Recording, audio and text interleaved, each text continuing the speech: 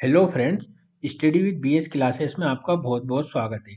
आज हम मौलिक अधिकार, राज्य के नीति निर्देशक तत्व, नागरिकता, संविधायिका, स्थायी नगर पालिकाएं मतलब प्रजातांत्रिक विकेंद्रीकरण के बारे में जानेंगे। तो फ्रेंड्स, स्टार्ट करते हैं आज का वीडियो।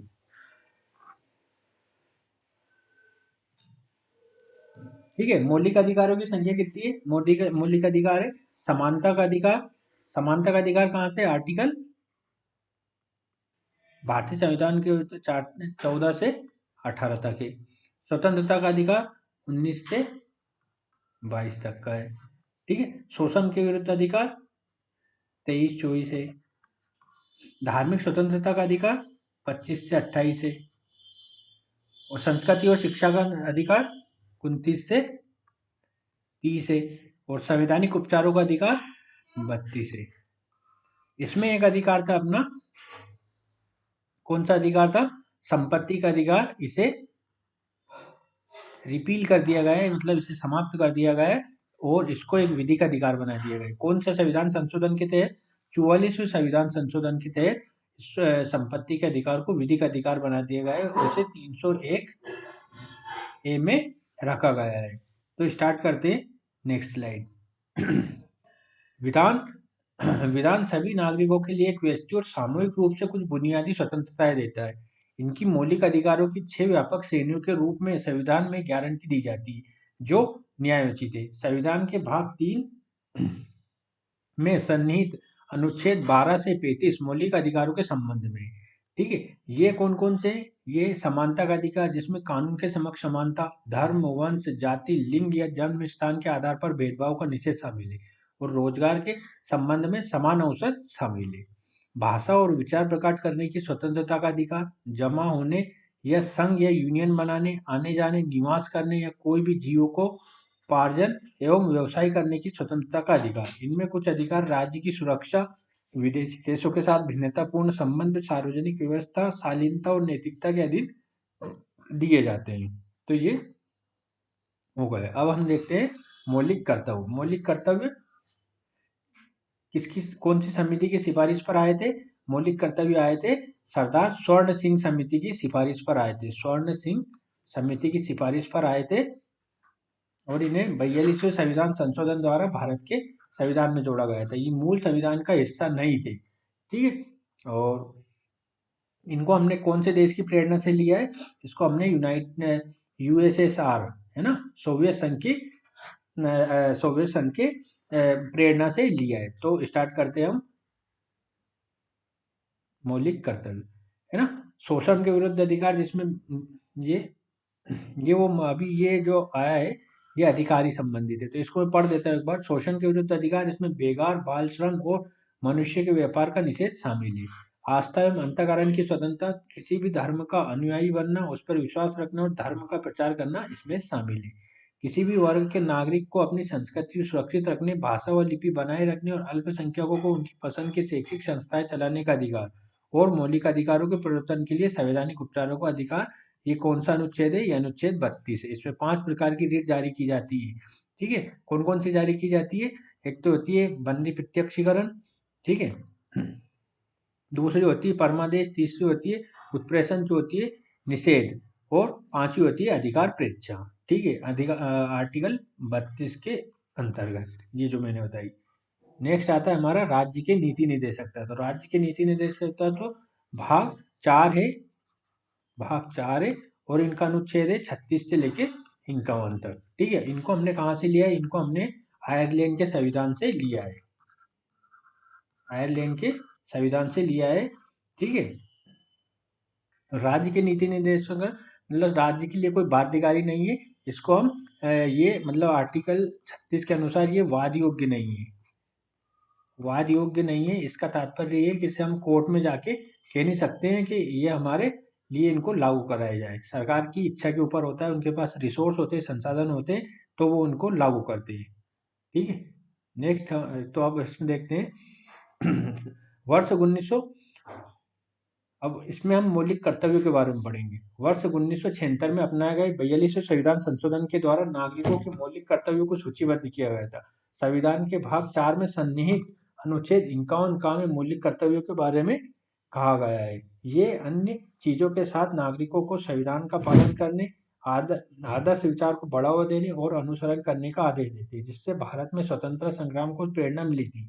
देश की रक्षा करने और जब बुलावा हो तो देश की सेवा करने और सौहार्दता एवं सम्मान बंधुत्व भावना विकसित करने एवं धार्मिकता का संवर्धन करने, भाषाविद और क्षेत्रीय वर्ग विविधताओं का विकास करने का आदेश देता है। ठीक है, तो ये हमारे मौलिक कर्तव्य। अब संविधान कुछ राज्यों के नीति निर्देशक तत्व निर्धारित करता है। अब ये आ रहा है नीति निर्देशक तत्व के बारे में। यद्यपि ये न्यायालय में कानूनन न्यायोचित नहीं ठहराए जा सकते, परंतु देश के शासन के लिए मौलिक है और कानून बनाने के इन सिद्धांतों को लागू करना राज्य का कर्तव्य है। ये निर्धारित करते हैं कि राज्य यथासंभव सामाजिक व्यवस्था, जिसमें सामाजिक, आर्थिक और राजनीतिक न्याय की व्यवस्था राष्ट्रीय जीवन की सभी संस्थाओं में कायम करके जनता नीतियों को ऐसी दिशा देगा ताकि सभी पुरुषों और महिलाओं को जीवोपार्जन के पर्याप्त साधन मुहैया कराए जाए, समान कार्य के लिए समान वेतन, और ये इसकी आर्थिक क्षमता और विकास के भीतर हो। कार्य के अधिकार प्राप्त करने के लिए प्रभावी व्यवस्था करने, बेरोजगारी के मामले में शिक्षा और सार्वजनिक सहायता, वृद्धावस्था, बीमारी और असमर्थता या अयोग्यता की आवश्यकता के अन्य मामलों में सहायता करना, राज्य कर्मकारों के लिए निर्वाह मजदूरी, कार्य की मानवीय स्थितियां, जीवन के शालीन स्तर और उद्योगों के प्रबंध में कामगारों की पूर्ण सहभागिता प्राप्त करने का प्रयास करेगा। तो ये हमने पूरा किस में बताया है, राज्य के नीति निर्देशक तत्व में जो भी चीजें दी गई थी उसके बारे में पूरा इसके विवरण देता है। नेक्स्ट आता है नागरिकता। नागरिकता कौन से भाग में है? भाग 2 में है, ये लिखा हुआ है भाग 2। वो कौन सा अनुच्छेद है? अनुच्छेद 5 से 11 है। ठीक है, और भाग 1 में क्या है? संघ एवं उनके राज्य क्षेत्र। संघ एवं राज्य क्षेत्र के बारे में भाग 1 में दिया है। तो अभी हम पढ़ेंगे भाग 2 नागरिकता। ठीक है, अभी ये इसमें ये थोड़ा स्लाइड का ऊपर नीचे हुआ है, तो ये अभी मौलिक अधिकार का है। तो इसके हम पढ़ते हैं, आर्थिक क्षेत्र में राज्य की अपनी नीति इस तरह से बनानी चाहिए ताकि सार्वजनिक हित में निमित्त सहायक होने वाले भौतिक संसाधनों का वितरण, स्वामित्व एवं नियंत्रण हो, और यह सुनिश्चित करने के लिए कि आर्थिक प्रणाली के फलस्वरूप धन का और उत्पादन के साधनों का जमाव सार्वजनिक हानि के लिए न हो। ठीक है, यह आर्टिकल 39 का है। ठीक है, कुछ अन्य महत्वपूर्ण निर्देशक तत्व तो बच्चों के लिए अवसर और सुविधाओं की व्यवस्था से संबंधित है ताकि उनका विकास अच्छी तरह हो। 14 वर्ष की आयु तक के सभी बच्चों के लिए मुफ्त और अनिवार्य शिक्षा, अनुसूचित जाति, अनुसूचित जनजाति और अन्य कमजोर वर्ग के लिए शिक्षा और आर्थिक हितों का संवर्धन, ग्राम पंचायतों का संगठन, कार्यपालिका से न्यायपालिका का अलग होना। ये कौन सा अनुच्छेद है? 50 है। ठीक है, ग्राम पंचायतों का संगठन कौन सा है?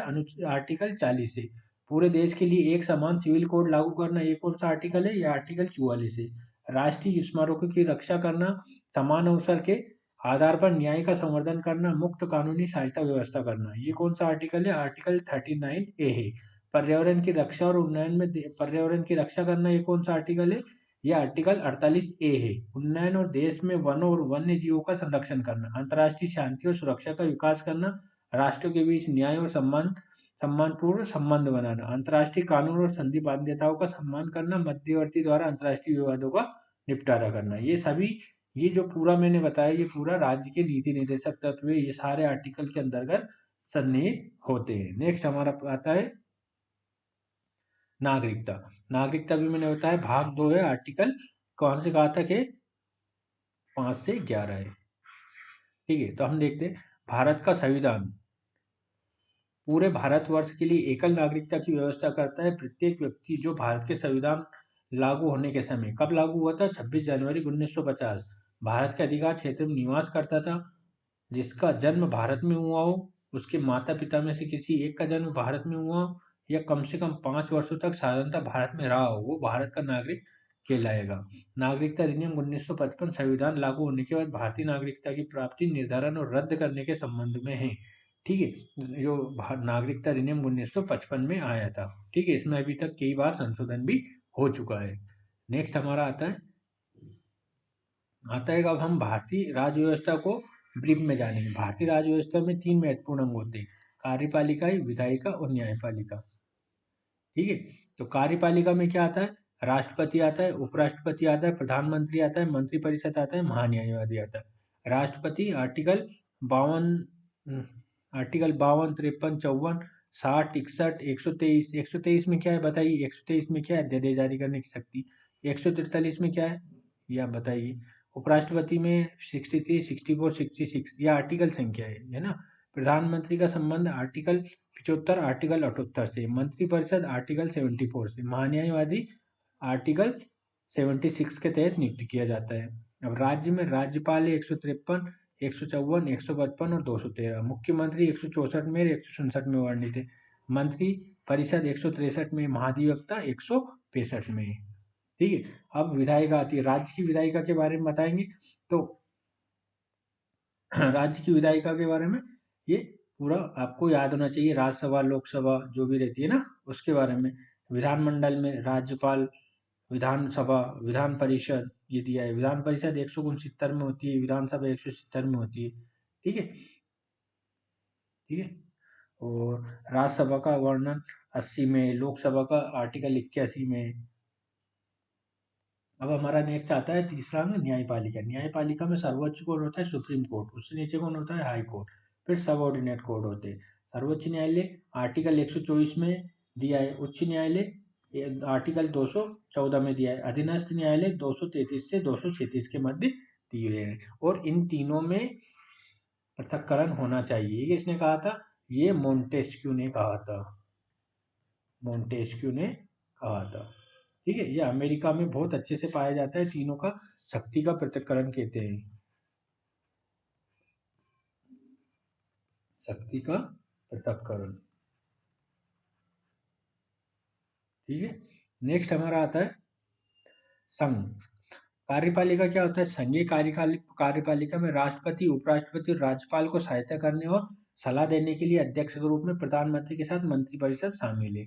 राष्ट्रपति का चुनाव निर्वाचकों के सदस्यों द्वारा किया जाता है, जिसमें संसद के दोनों सदनों के चयनित सदस्य समानुपातिक प्रतिनिधित्व प्रणाली के अनुसार राज्य के विधानसभा के सदस्यों के द्वारा एकल अंतरणीय मत के द्वारा होता है। उपराष्ट्रपति के कैसे होता है? उपराष्ट्रपति का चुनाव निर्वाचिका के सदस्यों द्वारा होता है, जिसमें एकल हस्तांतरणीय मत द्वारा समानुपातिक प्रतिनिधित्व प्रणाली के अनुसार संसद के दोनों सदनों से होता है।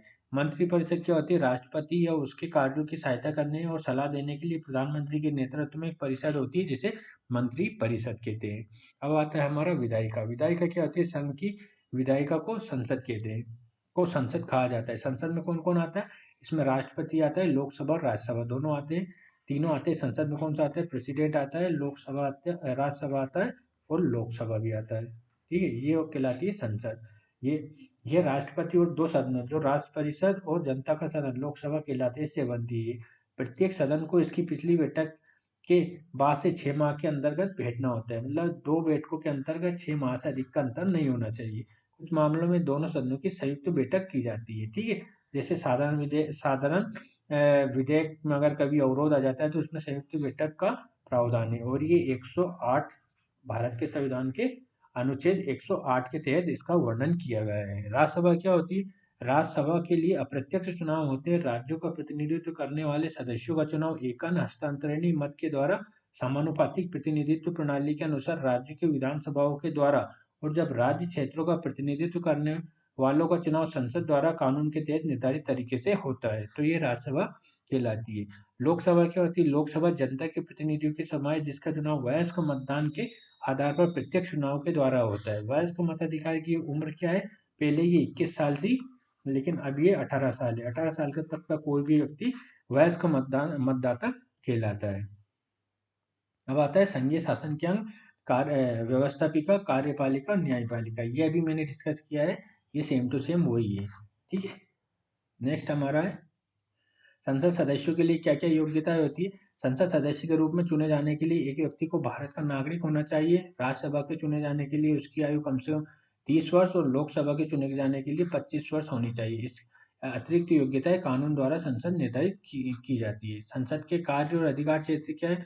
जैसा अन्य संसदीय लोकतंत्रों में होता है, भारत की संसद के विधायिकाओं के कोऑर्डिनल कार्य, प्रशासन की देखभाल, बजट पारित करना, लोक शिकायतों की सुनना, विभिन्न मुद्दों पर चर्चा करनी होती है, जैसे विकास योजना, राष्ट्रीय नीतियां और अंतर्राष्ट्रीय संबंध। ये संसद के कार्य होते हैं। अब आते हैं संसदीय सदस्य के लिए योग्यता। ये अभी मैंने दिखाया है, ये पिछली वाली पीपीटी का ही कॉपी पेस्ट है। ठीक है, अब आते हैं नेक्स्ट। जैसे देखो ये कार्य, अब आता है कार्यालय नगर निगम आयुक्त भोपाल, तो इस तरह से इनके भवन भी होते हैं। नेक्स्ट हमारा आता है स्थानीय सरकार। स्थानीय सरकार में नगर पालिका में आती है, देखो स्थानीय सरकार क्या होती है, प्रजातांत्रिक विकेंद्रीकरण की तरह कार्य करती है। प्रजातांत्रिक विकेंद्रीकरण, है ना, डेमोक्रेटिक डिसेंट्रलाइजेशन, विकेंद्रीकरण, प्रजातांत्रिक विकेंद्रीकरण। अब इसमें पंचायतें भी आती है, नगर पालिकाएं भी आती है ना। सबसे पहले इसकी कौन सी, बलवंत राय मेहता समिति बनी थी। ठीक है, उसके बाद सादिक अली समिति बनी थी, फिर अशोक मेहता समिति बनी थी, फिर पीके थुंगन समिति बनी थी, फिर जीएम सिंघवी समिति बनी थी। जीएम सिंघवी समिति के आधार पर ही पंचायतों को और नगर पालिकाओं को संवैधानिक मान्यता प्रदान की गई थी, और इनका मतलब संविधान एक संशोधन किया गया था 73वां और 74वां, और इनको 73वां और 74वां संवैधानिक संशोधन किया गया था, और आर्टिकल 243 के थ्रू इनको संविधान में जगह दी गई थी। अब आते हैं हम नगर पालिका। नगर निकायों का सबसे भारत में लंबा इतिहास रहा है। ऐसे प्रथम नगर निगम की स्थापना 1688 में भूतपूर्व मद्रास प्रेसिडेंटी नगर में की गई थी, और तब इसी प्रकार के निगमों द्वारा तब बॉम्बे और कलकत्ता में 1726 में अपनाया गया। भारत के संविधान में संसद और राज्य विधायकों में प्रजातंत्र की सुरक्षा सुनिश्चित करने के लिए विस्तृत व्यापक प्रावधान किया गया है, तथापि संविधान द्वारा शहरी क्षेत्र में स्वशासन की स्पष्ट संवैधानिक बाध्यता नहीं की गई, जबकि राज्य की नीतियों और नीति निर्देशक तत्वों का आशय ग्राम पंचायतों के संदर्भ में राज्य सूची की 5वीं प्रविष्टि में स्पष्ट इसको छोड़कर मतलब अस्पष्टता को छोड़कर नगर पालिकाओं के लिए विशिष्ट संदर्भ नहीं है, जो स्थानीय स्वशासन के विषय में राज्यों की जिम्मेदारी निर्दिष्ट करता है। शहरी स्थानीय निकायों के लिए समान ढांचा प्रदान करने के लिए और स्वशासन के प्रभावशाली प्रजातांत्रिक यूनिटों के रूप में निकायों को सुदृढ़ बनाने की सहायता देने के लिए संसद ने 1992 में नगर पालिका के लिए संबंध में संविधान का 74वां संविधान संशोधन पारित किया। 74 और 73 किससे संबंधित है, 73 पंचायतों से संबंधित है। अब आता है हमारा अधिनियम पर राष्ट्रपति की सहमति 20 अप्रैल 1993 को प्राप्त हुई। भारत सरकार ने 1 जून 1993 को जिस तारीख से उक्त अधिनियम लागू हुआ को अधिसूचित किया। नगर पालिका संबंधित नया भाग 9 का को अन्य चीजों के अतिरिक्त 3 प्रकार की नगर पालिकाओं को व्यवस्थित करने के लिए संविधान में शामिल किया गया, अर्थात ग्रामीण क्षेत्र से शहरी क्षेत्र में मार्गस्थ के लिए नगर पंचायत, और छोटे आकार के शहरी क्षेत्रों के लिए नगर पालिकाएं परिषद, और बड़े शहरी क्षेत्रों के लिए नगर पालिकाओं को नियत अवधि राज्य निर्वाचन आयोग की नियुक्ति, राज्य वित्त आयोग की नियुक्ति, और मेट्रोपॉलिटन और जिला योजना समितियों का गठन। राज्य संघ या संघ राज्य क्षेत्रों को अपना निर्वाचन आयोग गठित किया जाता है। नगर निकायों का चुनाव झारखंड और पांडिचेरी को छोड़कर सभी राज्य क्षेत्रों में पूरा किया जा चुका है। अब आता है हमारा पंचायती राज व्यवस्था। यह आर्टिकल 243 ए से स्टार्ट होता है।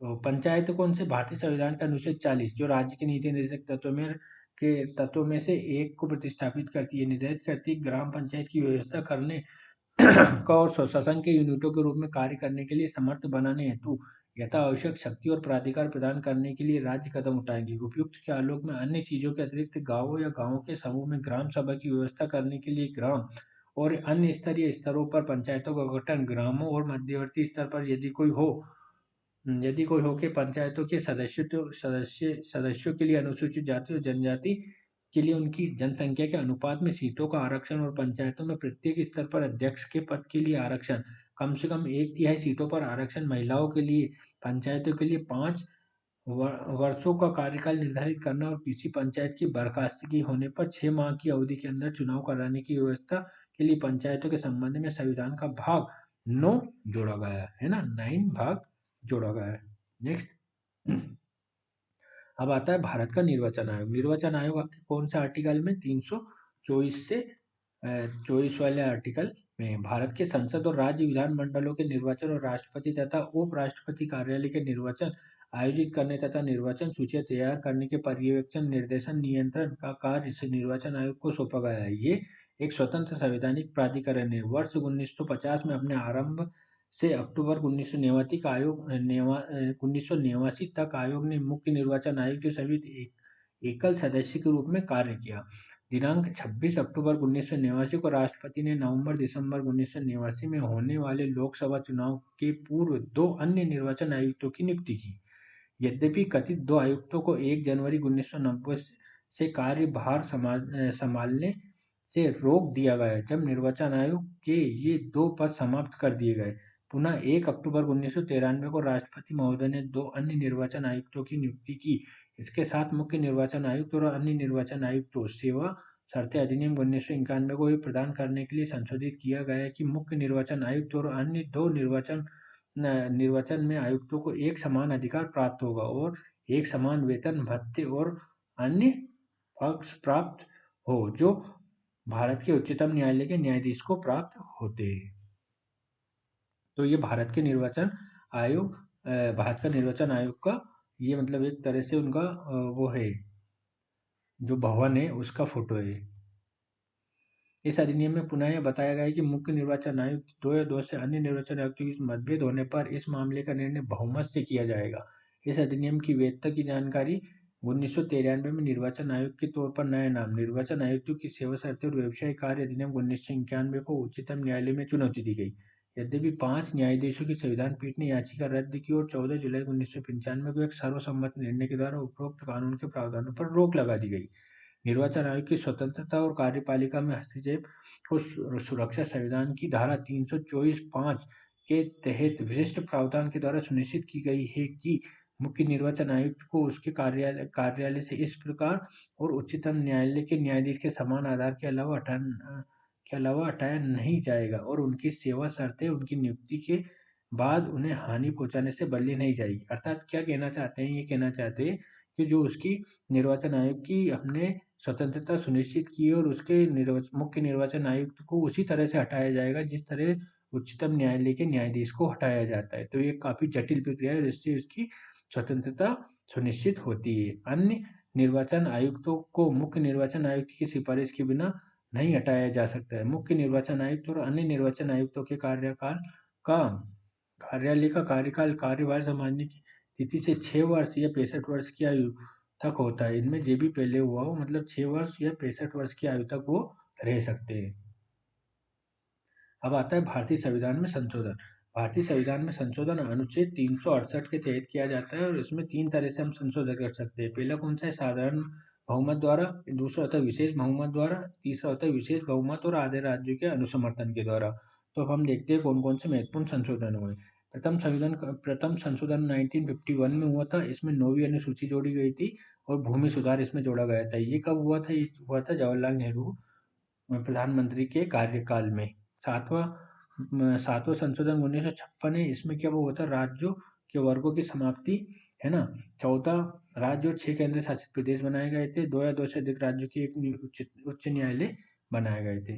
फिर आता है 31वां संविधान संशोधन 1977। लोकसभा की सीट 525 से बढ़ाकर 545 कर दी। फिर 36वां संविधान संशोधन आता है। सिक्किम को 22वां राज्य बनाते हैं। 35वां संविधान संशोधन इसके पहले हुआ था। इसमें सिक्किम को संयुक्त या एसोसिएट राज्य बनाया जाता है। ठीक है, ये मैंने अभी पढ़ दिया है। ये स्लाइड कॉपी हुई है। नेक्स्ट,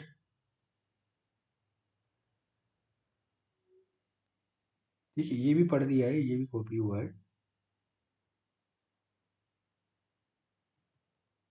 ठीक है, अब देश में एक देश एक चुनाव की बात चल रही है। हाल ही में प्रधानमंत्री ने पूर्व राष्ट्रपति, कौन थे पूर्व राष्ट्रपति बताइए आप?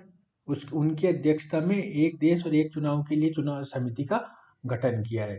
तो आप कमेंट सेक्शन में बताइए कि वो कौन से राष्ट्रपति जिनकी अध्यक्षता में इस समिति का गठन किया गया है। नेक्स्ट, अब निर्वाचन में क्या क्या सुधार होते हैं मैं डिस्कस करता हूँ। है ना, एक रिट पिटीशन थी 4912 कुचरा बनाम भारत संघ और अन्य में दिल्ली उच्च न्यायालय ने निर्देश दिया कि सरकारी आवास, बिजली, पानी, टेलीफोन और परिवहन, हवाई जहाज और हेलीकॉप्टर सहित विभाग में प्रत्याशी द्वारा देय धनराशि संबंधी सूचना और प्रत्याशी द्वारा प्रस्तुत अन्य कोई देय राशि की जानकारी निर्वाचनों की सूचना हेतु स्थानीय वितरण वाले कम से कम 2 समाचार पत्रों में आयोग के तहत निर्वाचन प्राधिकारी द्वारा प्रकाशित की जाएगी। तदनुसार प्रत्याशी की पृष्ठभूमि के विषय में आयोग द्वारा निर्वाचनों की सूचना के अधिकार के संबंधी 27 मार्च 2003 के आदेश में निर्धारित शपथ पत्र फॉर्मेट के जो आइटम नंबर 3A का सबक्लोज 3 को संशोधित किया गया और प्रत्याशी द्वारा प्रस्तुत इस सूचना को जिला निर्वाचन अधिकारी को अनिवार्य निर्देश भी जारी किए, जैसे कि दिल्ली उच्च न्यायालय द्वारा निर्देश दिया गया है। आपको ये वीडियो कैसा लगा? आप इसके लिए हमको मतलब ये देख सकते हैं स्टडी विद BS क्लासेस में। आज मैं आपको वीडियो अपलोड कर दूंगा, कल तक आपको इसकी PPT और इसका जो भी अन्य चीज़ें आपको डिस्क्रिप्शन बॉक्स में मिल जाएगी। वीडियो देखने के लिए बहुत बहुत धन्यवाद।